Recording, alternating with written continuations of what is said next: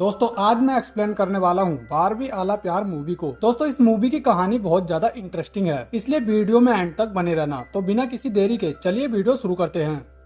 कहानी की शुरुआत होती है और हमें पता चलता है कि आज गांव के मुखिया ने एक पंचायत बुलाई है, जिसमें एक पिता का आरोप है कि गांव का एक लड़का देर रात को उसके घर में घुस गया था और उसकी बेटी को छेड़ रहा था। जिस लड़के पर यह आरोप लगाया गया था वह लड़का और उसका बड़ा भाई भी वहां मौजूद होते हैं। जिसके बाद वह लड़का कहता है कि इस लड़की का पिता झूठ बोल रहा है, जबकि सच तो ये है कि मैं और इसकी बेटी एक दूसरे से प्यार करते हैं। अब ये सुनने के बाद गाँव का सरपंच उस लड़की से पूछता है कि क्या ये लड़का सच कह रहा है। तब वह लड़की उसकी बात से इनकार कर देती है और उस लड़के को झूठा बताती है। जिसके बाद गांव का सरपंच अपना फैसला सुनाता है और उस लड़के को गांव से बाहर निकालने की सजा देता है और कहता है कि आगे से ये लड़का कभी भी इस गांव में दिखाई दिया तो इसे सजा के तौर पर मौत दी जाएगी। खैर इसके बाद सरपंच अपने घर जाता है, तभी उसकी पत्नी उसके लिए पानी लाती है और उससे पूछती है कि आज आप बड़े उदास से हैं, मैंने पहले आपको इतना उदास कभी नहीं देखा। तब सरपंच उसे पंचायत की सारी बात बताता है और उससे कहता है कि आजकल के बच्चे भी अपनी मनमानी कर रहे हैं और अपने माता पिता की तो बिल्कुल सुनते ही नहीं। और हाँ, हमारी बेटी रबीना भी अब बड़ी हो गई है, इसलिए मुझे तो डर लगा रहता है कि कभी रबीना भी ऐसा कोई कदम न उठा ले जिससे हमें गांव वालों के सामने शर्मिंदा होना पड़े। खैर इसके बाद हमें अगले दिन का सीन दिखाया जाता है, जहां रबीना स्कूल जाने के लिए तैयार हो रही होती है। तभी उसकी माँ उसे अपने पास बुलाती है और उसे समझाते हुए कहती है कि घर की इज्जत होया कर है छोरी और चूल्हा में कोई फर्क नहीं होता,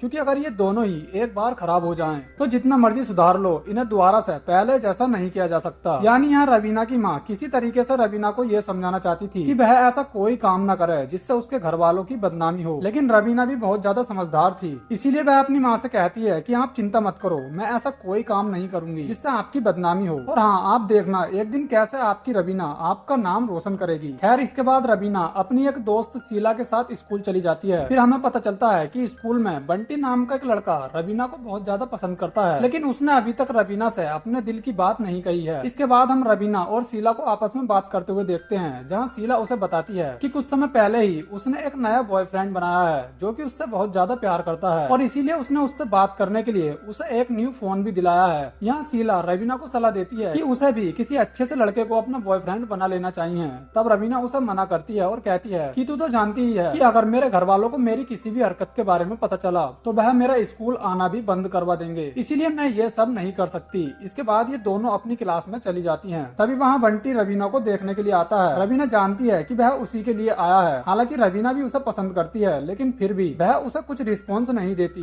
फिर कुछ देर बाद स्कूल की छुट्टी हो जाती है और जब रबीना अपने घर जाती है तो उसे रास्ते में बंटी मिलता है, जो कि किसी तरह रबीना से अपने प्यार का इजहार कर देता है। लेकिन इससे पहले कि रबीना कुछ बोल पाती, शीला बंटी से कहती है कि रबीना भी तुमसे प्यार करती है, लेकिन इसके पास तुमसे बात करने के लिए कोई भी मोबाइल वगैरह नहीं है, इसलिए तुम इसे एक फोन दिला दो जिससे तुम दोनों की बात हो सके। ये कहकर वो दोनों वहाँ से चली जाती हैं। अब बंटी बहुत ज्यादा खुश था क्योंकि रबीना ने उसके प्यार को एक्सेप्ट कर लिया था। फिर अगले दिन हम देखते हैं कि बंटी रबीना को एक फोन दे देता है। हालांकि पहले तो रबीना उस फोन को लेने से मना कर देती है क्योंकि वह अपने घर वालों से बहुत ज्यादा डरती है, लेकिन किसी तरह वह उसे मना लेता है और उसे फोन दे देता है। इसके बाद रबीना अपने घर चली जाती है और शाम को वह जल्दी से अपने घर का सारा काम निपटाकर बंटी को कॉल करती है। जिसके बाद ये दोनों प्यार भरी बातें करते हैं और एक दूसरे के बारे में जानते हैं और इसी तरह से कई दिन बीत जाते हैं और इनकी बात जारी रहती है। बंटी ने रबीना को अपने प्यार में इतना पागल कर दिया था कि अब वह अपने घर वालों से भी बहुत कम डरती थी और वह दिन ब दिन उसके प्यार में पागल होती जा रही थी। एक दिन वह बंटी के साथ घूमने निकल जाती है और बहुत लेट घर पहुंचती है। जब उसकी माँ उससे उसके लेट होने का कारण पूछती है तो वह अपनी माँ को बताती है कि आज उसके स्कूल में कुछ एक्स्ट्रा क्लासेस हुई थी जिस वजह से वह लेट हुई है। तब उसकी माँ उससे कहती है कि तू समय से घर आ जाया कर क्योंकि मुझे तेरी चिंता होने लगती है।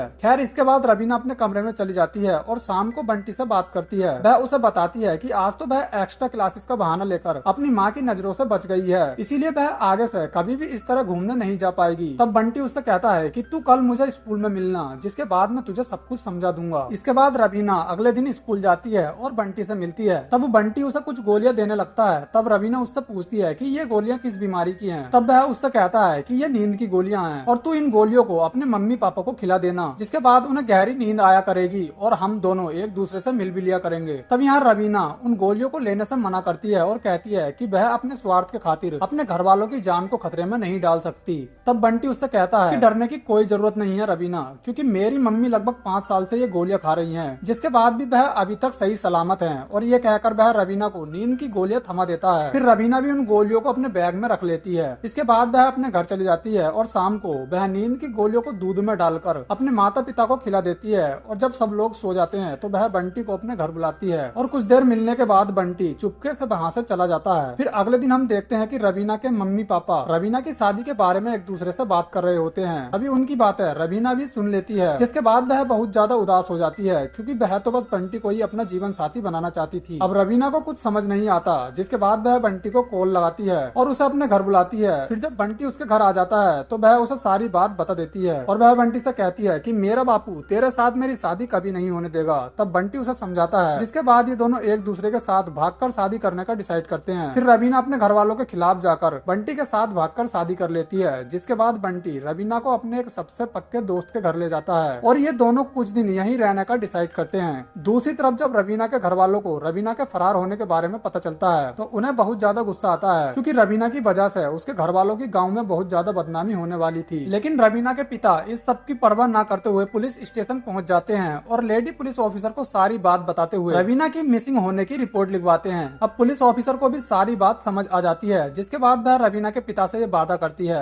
कि वह जल्द से जल्द रवीना को ढूंढकर उसके बापू के सामने पेश करेगी। खैर इसके बाद वह पुलिस ऑफिसर अपना काम शुरू कर देती है और रवीना को ढूंढते हुए वह सबसे पहले शीला के घर जाती है और उससे पूछताछ करने लगती है। जिसके बाद पुलिस को पता चलता है कि रवीना बंटी के साथ भागी है, इसीलिए पुलिस रवीना और बंटी को ढूंढने के लिए निकल जाती है। दूसरी तरफ हम बंटी के दोस्त को देखते हैं, जो कि उन दोनों के लिए खाना लेकर आया होता है। जिसके बाद बंटी और रवीना खाना खाने लगते हैं। इसी दौरान बंटी का दोस्त रवीना पर अपनी गंदी नजर डालने लगता है। हालांकि बंटी को उसके बारे में कुछ नहीं पता होता, लेकिन रवीना बंटी के दोस्त के इरादे समझ जाती है, लेकिन फिर भी वह उसे इग्नोर कर देती है। दूसरी तरफ पुलिस वालों को इनके ठिकाने के बारे में पता चल जाता है, जिसके बाद वह बंटी को गिरफ्तार करने के लिए आने लगते हैं। फिर हमें दिखाया जाता है कि आज रवीना की तबीयत थोड़ी खराब होती है, जिससे देख बंटी को उसकी चिंता होने लगती है और वह उसकी दवाई लेने के लिए पास वाले गांव की एक शॉप पर जाने लगता है और अपने दोस्त से रवीना का ख्याल रखने के लिए कहता है। अब मौके का फायदा देखकर बंटी का दोस्त रवीना के कमरे में जाता है। तभी रवीना उससे बंटी के बारे में पूछती है। तब वह कहता है कि बंटी तुम्हारे लिए दवाई लेने गया है, इसीलिए उसे आने में थोड़ी देर हो सकती है।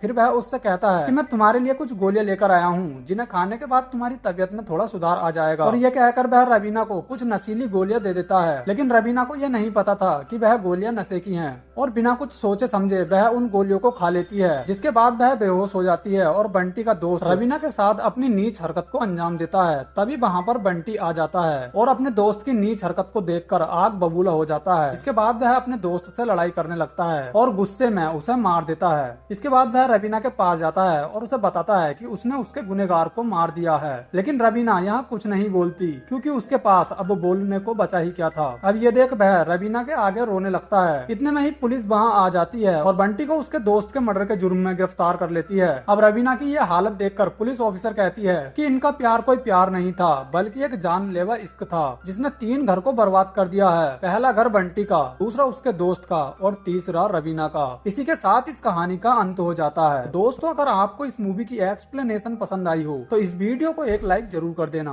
और साथ ही हमारे चैनल को सब्सक्राइब करके नोटिफिकेशन बेल को भी ऑन कर लेना। Thanks for watching guys.